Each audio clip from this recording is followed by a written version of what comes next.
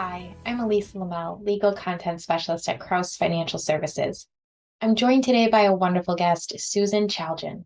Susan is an attorney at Chalgian Tripp, a law firm located in Michigan, where she primarily specializes in elder law, estate planning, and special needs planning. She is an active member of NAELA, as well as a board member of several committees, including the State Women Lawyers Association of Michigan and the Elder Law and Disability Rights section of the State Bar. On this episode of Elder Law Interviews, Susan will be walking us through ways an SBO trust can be used to help senior clients in a Medicaid crisis planning scenario, and how this Michigan-specific spend-down strategy can compare and complement a spend-down with a Medicaid compliant annuity. Susan, thank you so much for joining us today. We really appreciate your time. Oh, thank you for having me. I appreciate it. Absolutely. So today we're going to be talking about SVO trusts and how they can be used as a spend down tool. So for some of our viewers who maybe aren't as familiar with this tool or this strategy, can you kind of walk us through what an SVO trust is and how it works?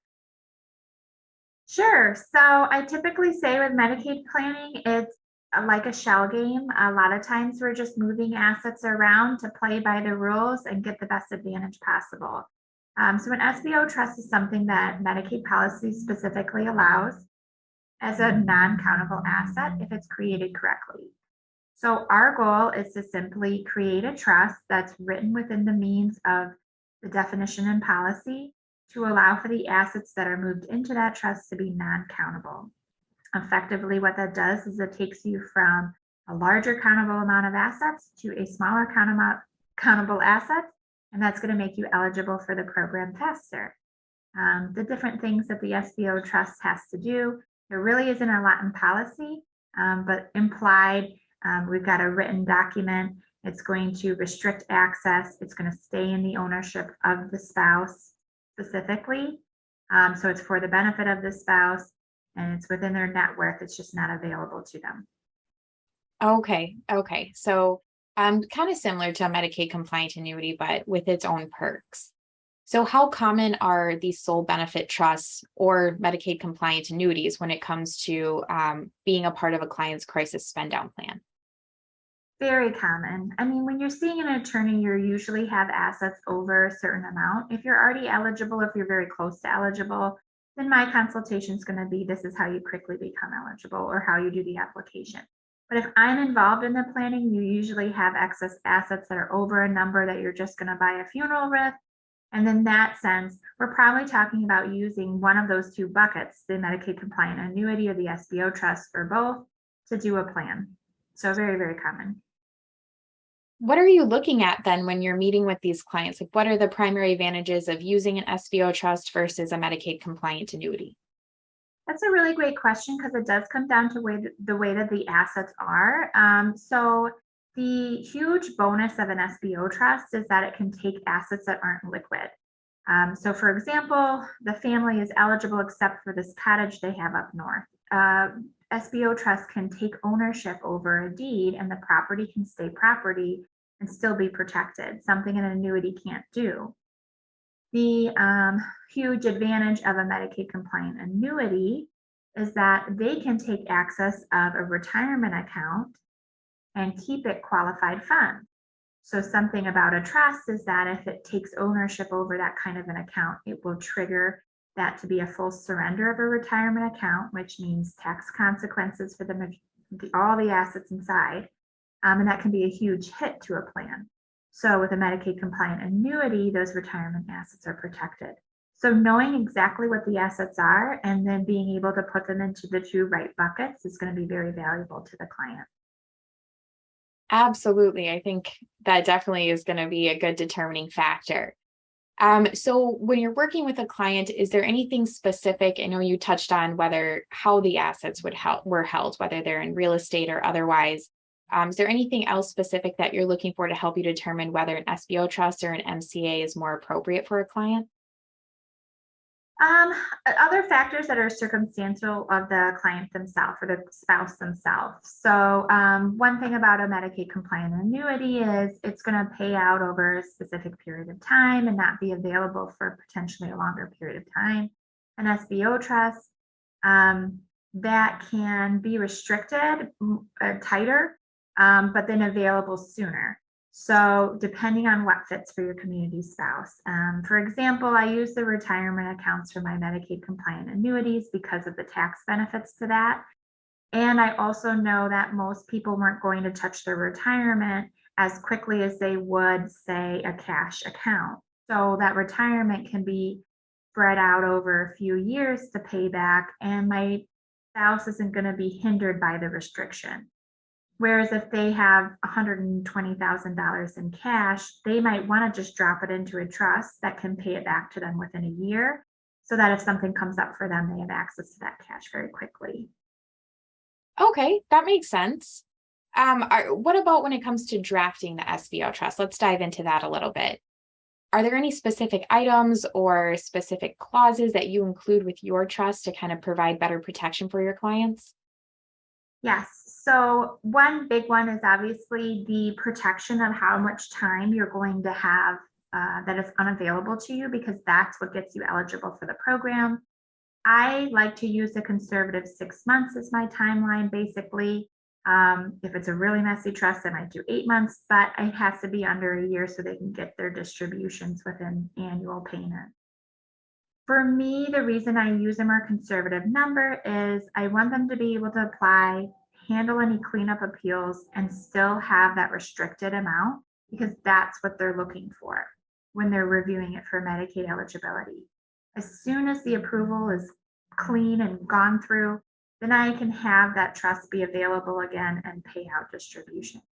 So I want to set it at a reasonable number that's not going to have big impacts on my spouse.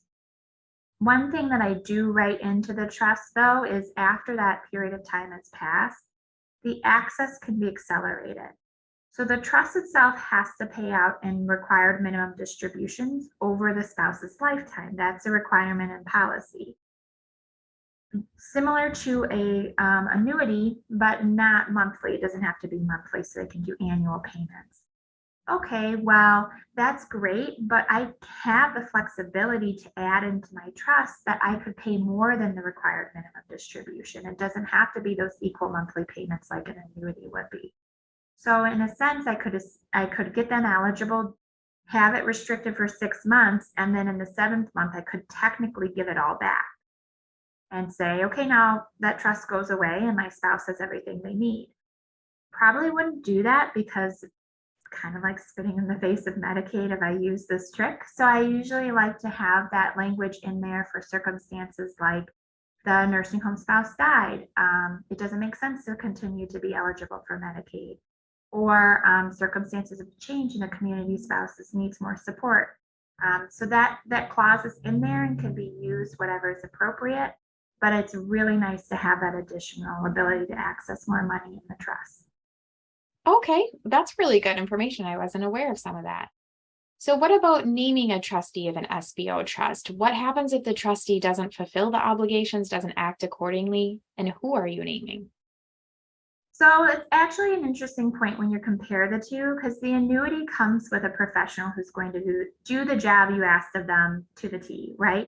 And when you name a trustee, you're naming somebody that you trust to act in the way that you've instructed them to, but it's a little bit harder to hold them to it. It's not that there isn't liability for trustee. You always have the option of taking them to court, right? If they steal your money, they're in big trouble, and you can go after them, you can get it, but it's just more work than, say, an annuity who doesn't pay out their check on time.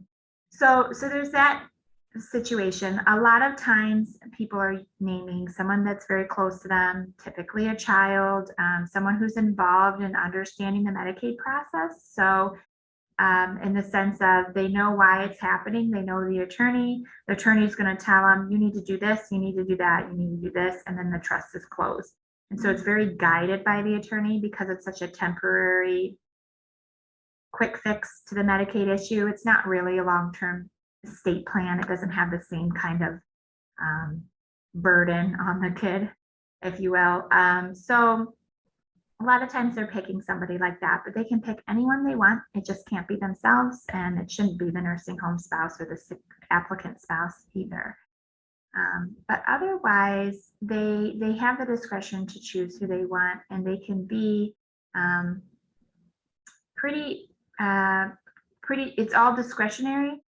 So it gives that trustee the ability to distribute how they want, but it should be a good relationship between the two where the spouse can say, now's the time that I think it's appropriate to give me everything back. And I would assume that the trustee would say, sure, there's no reason not to.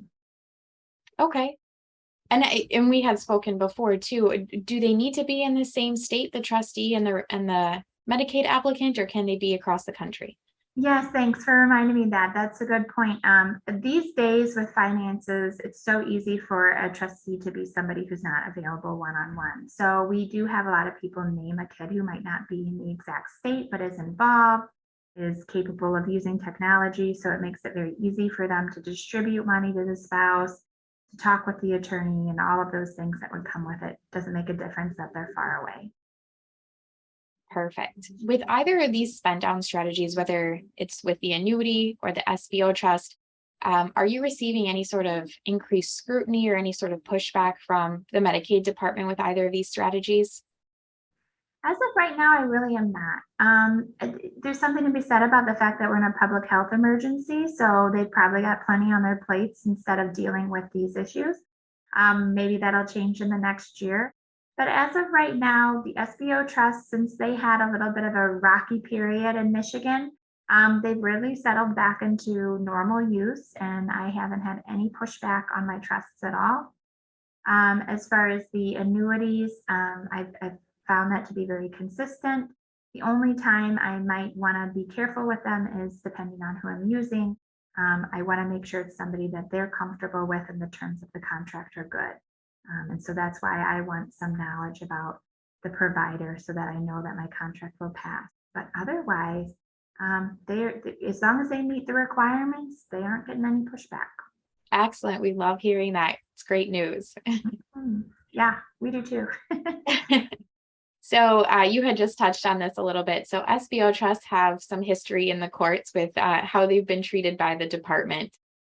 Do you or your clients ever have any sort of concerns that the department might change their stance on it and start treating SBO trusts as a divestment or anything like that?